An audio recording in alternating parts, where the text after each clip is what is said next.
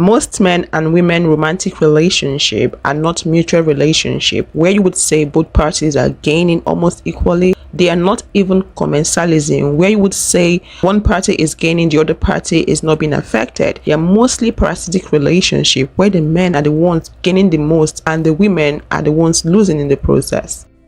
The reason that so many men are upset that women are opening their eyes and no longer wanting to get married is because they're going to have to find new hosts.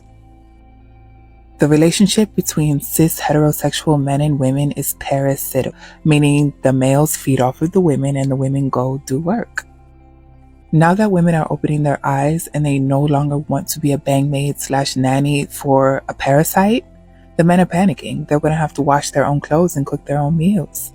She's right. In most of the relationships out there, women do most of the work. I'm not talking about the financial aspect. Being a provider financially is a bare minimum, and that's what most men do. I'm talking about the mental load, emotional support, house chores, and more. Women do most of the work. It becomes a struggle for some men to survive daily if they don't have a woman in their life. This is my brother's room. I am literally right next door to him. I can smell this shit through my wall. This is piss and fucking jalapeno sausage wrappers. And look at his fucking bed. I know a lot of you are going to be like, why did you record this? Why did you put this on here on social media? It's because I have to live with this. We have literally keep getting roach infestations. Like, he won't clean his room. He's only 54 and he will not clean his room. How are you sleeping in here? She said he's only 54. Some people in the comment section were finding it hard to believe that he's actually 54. Some said she meant to say 15 years. It's actually 54 according to her. In the comment section, some people were attributing the messy room to depression. I understand depression can lead to that.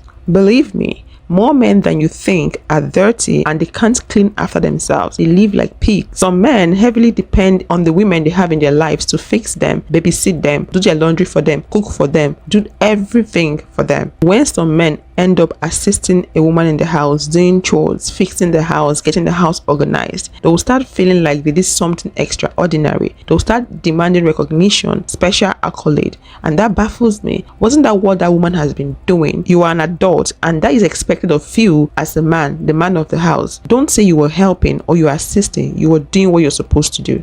My wife has been a superstar. We did a C-section. She did a C-section. I didn't do shit. But she's been having some issues with the nerve and stuff like that. So it's hard for her to be a little mobilized. So your boy's been, listen, I've realized this about myself. I'm a machine.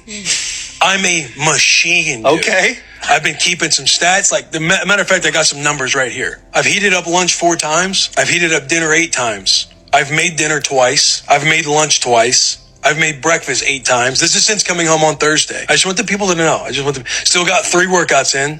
Got about 3 miles in yesterday. Diaper changes. I've done about 17 diaper changes. I've been able to take about 7 personal shits. Coffee consumed 51 cups. And then a stat that I just kind of made up. I think a lot of guys out there understand this. But the stat is called, can you get me this? 87 times. Men love to take so much credit for doing the least amount of work. It's so interesting that this man is calling himself a machine when he's changed a few diapers and heated up a few meals, which is so interesting to me because he just told us his partner went through a C-section. So she had an abdominal surgery to bring his baby into the world, an abdominal surgery where she was awake after carrying a baby for 10 months and going to countless doctor's appointments, putting her body through so much, risking her own life. But he's a machine because he's heated up a few lunches and got her a few things when she asked nicely. But let's talk about the numbers because, hey, why not? He listed them, okay? 17 diapers. 17 diapers in 5 days. On average, a newborn's going through 6 to 8 diapers a day. And so let's say 40 to be safe. 40 diapers. He's done 17 of those diapers, meaning he's done less than 50% of the diapers since coming home. Mind you, his wife has had an abdominal surgery, but she's doing the bulk of the diaper changes. The meals are adding up here. He has heated up lunch 4 times. He has heated up dinner 8 times. And when he says heated up, I have to imagine they ordered food delivery and or people provided them food like a meal train. And so typically women do that. And so all he had to do was press a few buttons, and that is so taxing. Truly, we cannot discount the amount of work he's done there, but 8 dinners. I don't know why 8 dinners in 5 days, but 8 dinners. Imagine him feeling like a machine for doing the things his wife did daily before her C-section. He went to a podcast to brag about it. To him, he did something magnificent, something big, something out of this world. Man.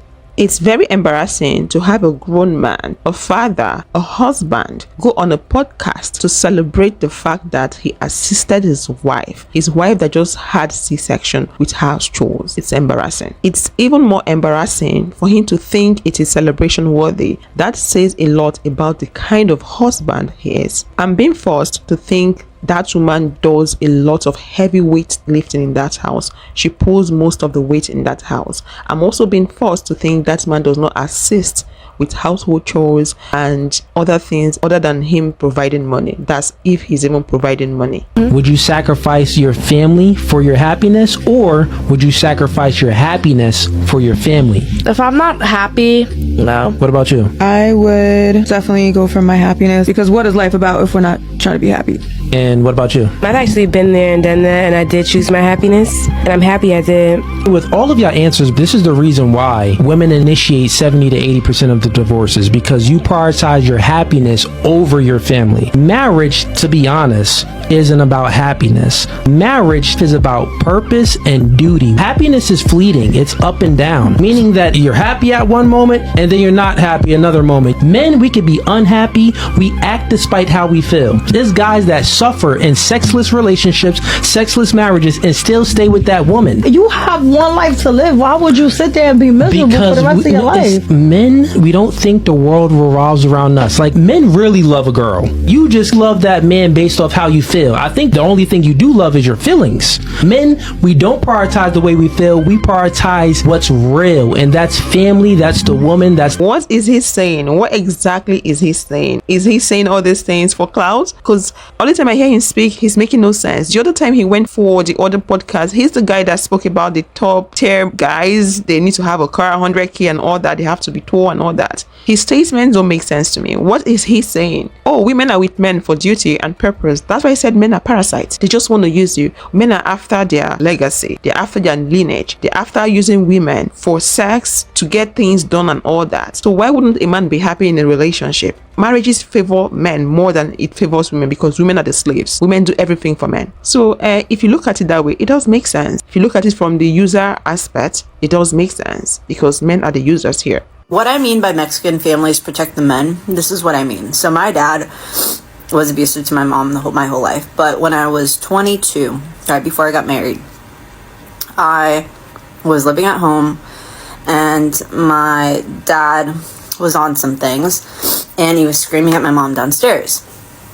And you have to keep in mind that my entire childhood, I had to deal with this man being a crazy person behind closed doors, because they were always in their bedroom, but I had to hear it, and then always be paralyzed with this idea of like, can I go run in there and save my mom? But I was a kid. I was like 5, 6, 7, 8, 9. Like, I'm a little girl. What am I gonna do?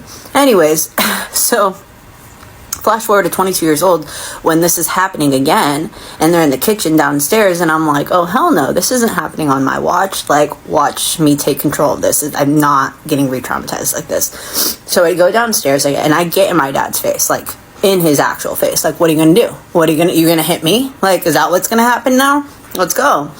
And I can't even really remember because it's so traumatic, but something happened, or like we had some words, exchanged words, whatever.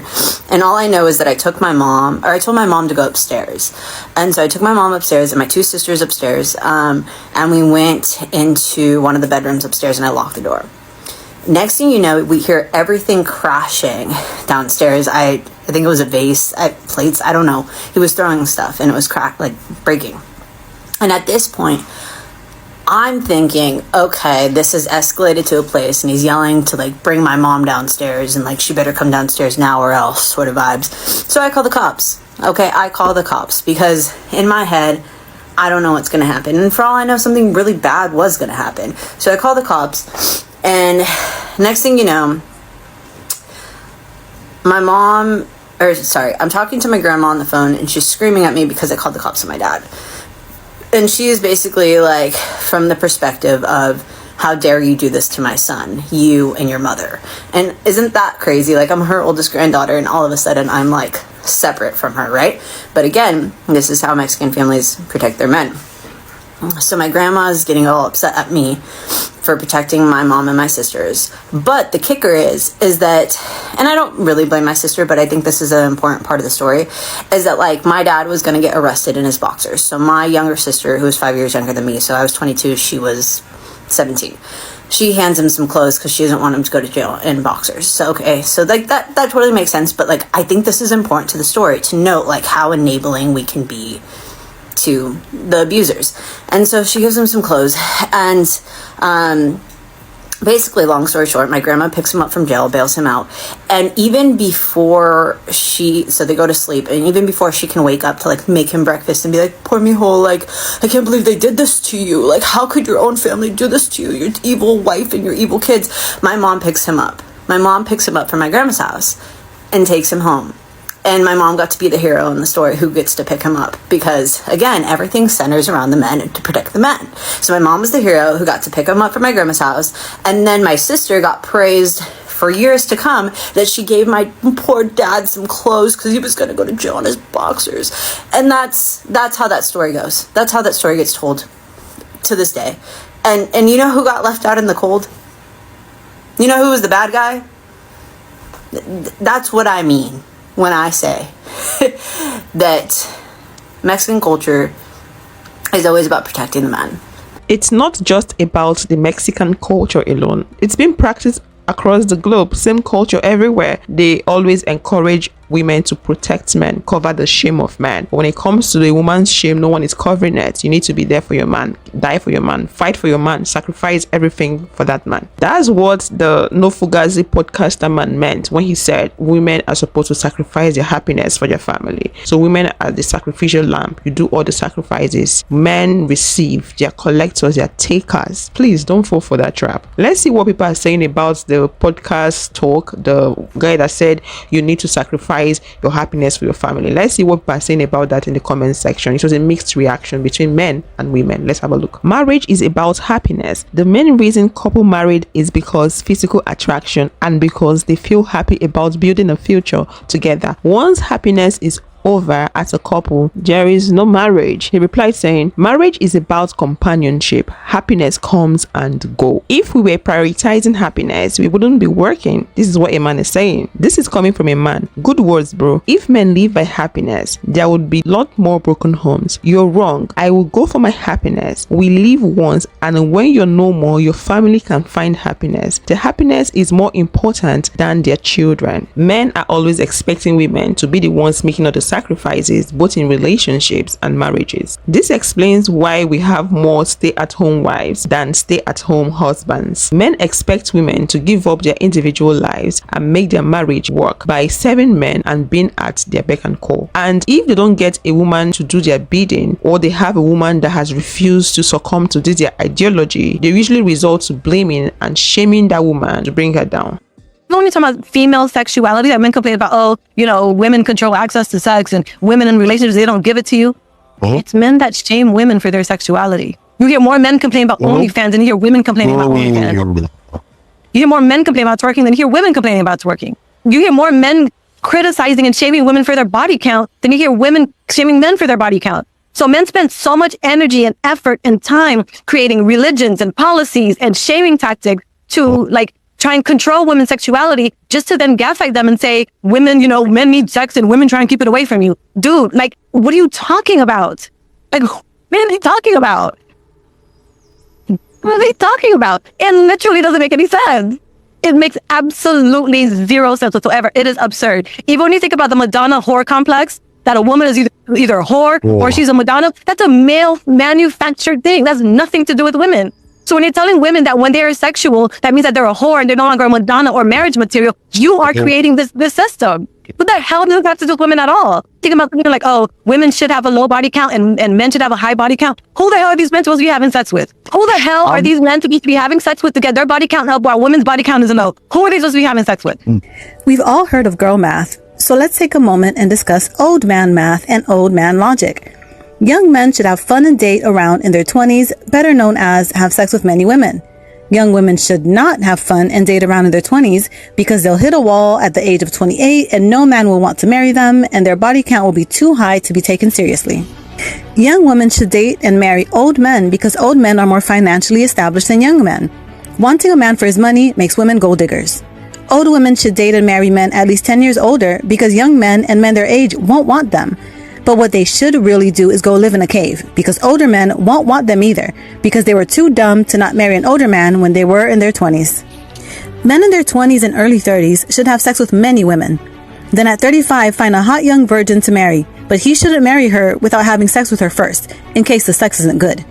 Young women should be virgins, but be porn stars in bed with their husbands. Young women in their 20s should focus on getting a husband instead of focusing on their careers, because they'll start to lose their value at 28 because men don't care about women's income or degrees.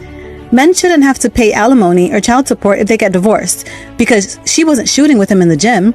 Also known as, she shouldn't have a right to any of his money since she didn't help him make it. Women control access to sex, and men control access to marriage. Men shouldn't marry in their 20s, but they should have sex with a lot of women.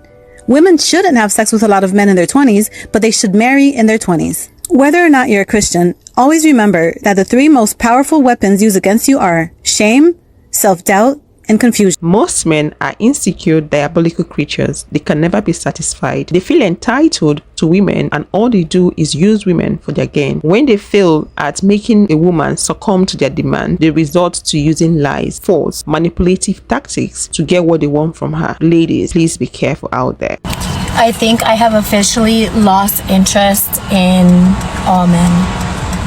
All of them. This is the most uninterested I've ever been in wanting to get to know anyone because it's just the same thing over and over again. I'm tired. This man gonna ask me the other day, so is you single or is you dating? Bitch, I am done. Oh God. I am done. I am done with all of this man out here. Because I don't think I have anything left in me to give to any of these motherfuckers, bitch. I'm done. The fuck you thought this was? Ladies, don't let any man use you. Always prioritize yourself and your happiness. Decenter men. And if a marriage or a relationship is not serving you, please leave. If you'd love to watch more videos like this, click this video to watch women considering lavender marriage, given that straight men are misbehaving. And I'll see you all in the next one. Thanks for watching.